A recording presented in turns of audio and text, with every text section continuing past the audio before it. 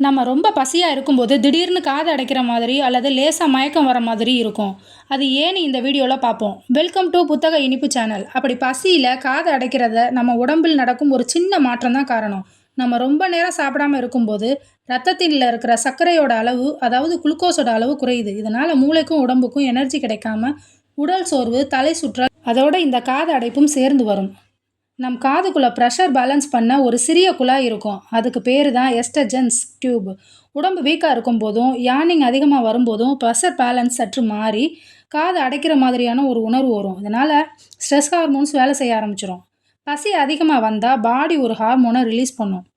இது இதனால காதுக்கு ஸ்ட்ரேஞ்சா ஒரு ஃபீல் ஏற்படும். உடனே மூளை என்ன பண்ணும், ஒரு வார்னிங் சிக்னல அனுப்பும். உடம்புக்கு எனர்ஜி வேணும் அப்படின்னு சொல்லிட்டு. எனர்ஜி குறையும் போது தான் வயிறு சத்தம் போடுறது, கை நடுங்கிறது, கவன சிதறல் ஏற்படுறது, மயக்கம் வர்றதெல்லாம் உண்டாகுது.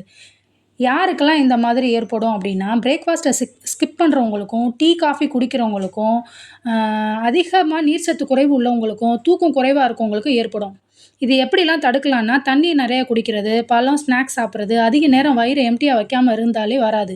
அதுக்கப்புறமே நம்ம நல்லா சாப்பிட்டதுக்கப்புறம் 10லேருந்து 20 நிமிஷத்துக்குள்ள நம்ம உடம்பு நார்மல் ஸ்டேஜுக்கு வந்துரும். இதனால நம்ம பயப்பட தேவையில்ல. சாப்பிட்டாலே பிரச்சனைலாம் தீர்ந்துரும்.